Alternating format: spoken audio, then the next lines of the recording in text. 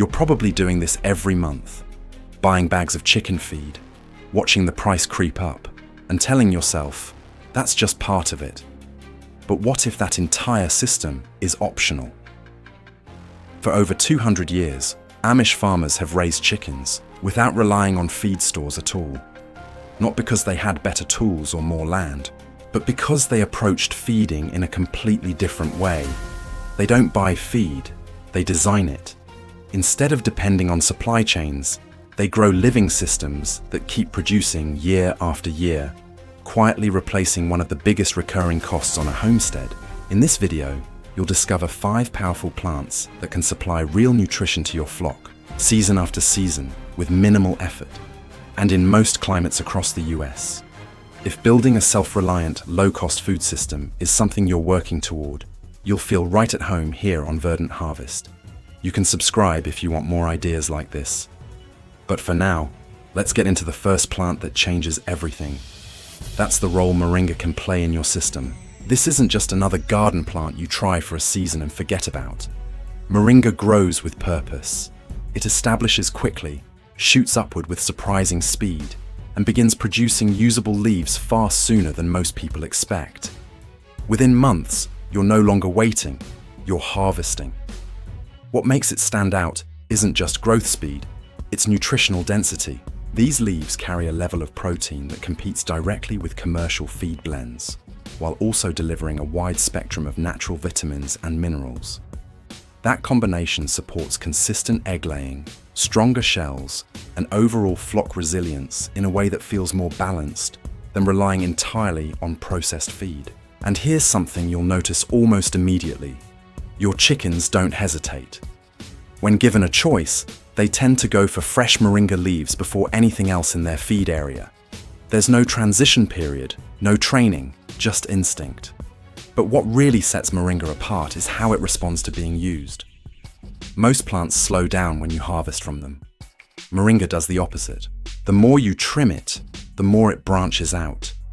Instead of becoming sparse, it becomes fuller, turning into a dense, leafy source of ongoing production. In a way, harvesting becomes the very thing that improves it. It also handles conditions that would stress many other plants. Heat doesn't slow it down, dry periods don't stop it. Once the roots are established, it becomes remarkably self-reliant, which means less time worrying about maintenance and more time simply collecting what it produces. The setup is straightforward. One sunny location, a young tree or cutting, and a bit of patience at the beginning. After that, it shifts into a rhythm. Every couple of weeks, you take what you need and it grows it back. And when it produces more than your flock can immediately use, that's where the system really shows its strength. Instead of letting excess go to waste, you preserve it. Leaves can be dried and stored, then crushed into a fine powder that keeps its nutritional value for months. That stored supply becomes incredibly valuable during colder seasons or slower growth periods, giving you a reserve you created yourself. So now, instead of relying entirely on something you have to keep buying, you've introduced something that keeps producing on its own timeline. That's the shift. It's no longer about feeding your chickens day by day. It's about building sources that handle part of that responsibility for you. And once you start seeing your land through that lens, looking for plants that contribute continuously rather than demand constant input, you begin to realize something important. You're not just growing food anymore, you're building systems. And the next plant takes that idea even further. By reaching deep below the surface and bringing hidden nutrients back up where your flock can actually use them, comfrey is one of those rare plants that doesn't just grow, it works. Beneath the surface, its roots don't spread shallow like most garden crops. They push downward, far deeper than you'd expect, reaching into layers of soil that hold minerals other plants can't access. Down there, it pulls up nutrients like calcium, potassium, and phosphorus, bringing them back to the surface and storing them in its leaves. What you see above ground is only half the story. Those broad green leaves are essentially nutrient reserves, dense, concentrated, and ready to be used. For your chickens, there's nothing complicated about it. You cut a handful, drop it into their space, and they take care of the rest. No grinding, no mixing, no special preparation. It's one of the simplest feed sources you can introduce. But the real advantage isn't just simplicity, it's permanence. Once comfrey is planted, it settles in for the long run. It doesn't need to be replanted each season, and it doesn't fade out after a year or two. In fact, there are plants that have been producing from the same root base for decades, quietly regenerating and expanding without intervention. That kind of reliability changes how you think about feeding. Instead of asking, "What do I need to buy this month?" you start asking, "What can I plant once and rely on for years?" Comfrey answers that question clearly. It handles conditions that would weaken most crops. Dry spells, poor soil, inconsistent care. It pushes through all of it. While other plants struggle near the surface, comfrey continues drawing from deep reserves underground, making it far less dependent on what's happening above. And with each growing season, it becomes more productive. From a single plant, you can harvest multiple times throughout the warmer months. Expand that to a small patch, and you begin to see real output, enough to noticeably reduce how much commercial feed you're relying on. But here's where most people miss the bigger opportunity. It's not just about growing the plant, it's about where you grow it. The Amish don't design their land randomly. Every element has a purpose, and more importantly, a position. Comfrey isn't tucked away in a distant corner of the property. It's placed where life already happens. Near the coop, along a fence line, beside a path you walk every day. That positioning changes everything, because now harvesting isn't a task you have to remember. It becomes something you do without thinking. You pass by, you cut a few leaves, and you move on. No extra effort, no added time. That's how sustainable systems actually work. Not by adding more to your schedule, but by fitting seamlessly into what you already do. And once you experience that, once feeding your chickens becomes part of your natural routine instead of a separate chore, you begin to understand the deeper principle at play. You're not just growing plants, you're designing flow. And that idea carries forward into the next system, one that removes soil from the equation entirely and still produces an ongoing supply of nutrition. That's exactly what Azolla makes possible. At first glance, it doesn't look like much. Just a thin layer of green floating across the surface. But underneath that simplicity is one of the fastest growing feed sources you can introduce to your system.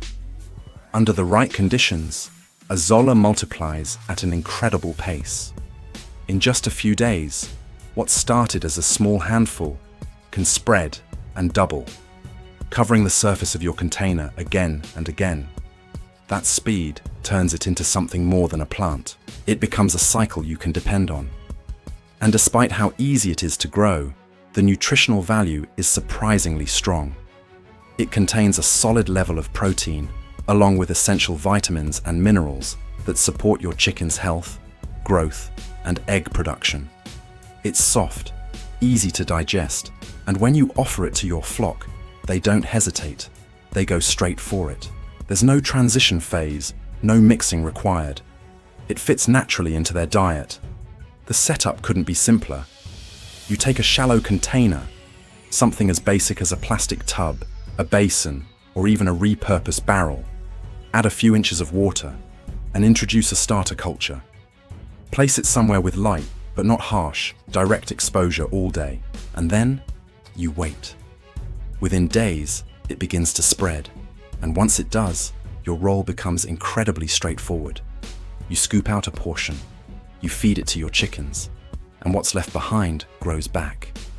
That rhythm, harvest and regrow, repeats continuously with almost no effort. No digging, no weeding, no seasonal replanting. It's one of the most efficient ways to produce fresh feed, especially if space is limited. For people without access to large garden areas, this changes the equation completely. It removes the idea that you need land to grow meaningful amounts of feed. Instead, you're working with surface area and consistency. But like any living system, Azolla has its sensitivities. Extreme heat can slow it down or even cause it to decline. Water conditions can shift if neglected. And that's where a key principle comes into play. one that experienced growers have relied on for generations.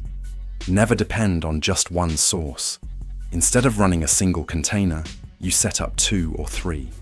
That way, if one struggles due to temperature or water quality, the others continue producing. You always have a backup, and more importantly, you always have continuity. This idea, building resilience into your system, turns small setups into reliable ones. It's not about perfection, it's about stability.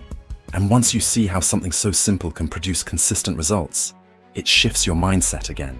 You begin to realize that self-sufficiency isn't about having more land or more resources. It's about using what you have in smarter ways. From soil, to deep-rooted plants, to water-based systems, each layer adds flexibility and independence.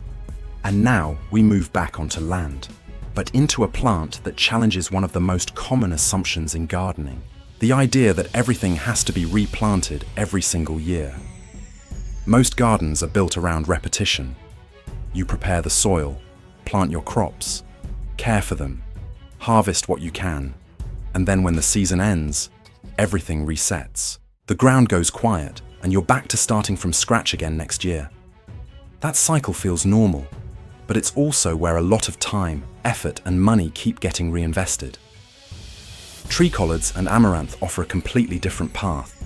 They don't follow that reset pattern. Instead, they extend your system forward, reducing how often you have to begin again. Tree collards behave more like a long-term asset than a seasonal crop. Once they're established, they continue producing for years without needing to be replanted. Their structure stays alive through changing seasons, steadily pushing out fresh leaves that you can harvest again and again. And what makes them especially valuable is their timing. When most plants slow down or disappear in cooler weather, tree collards keep going. At a point in the year when your options are usually limited and feed costs tend to feel heavier, you still have access to fresh greens right outside your door. It changes the rhythm of your feeding system. Instead of relying entirely on stored or purchased inputs during those months, you still have something actively growing.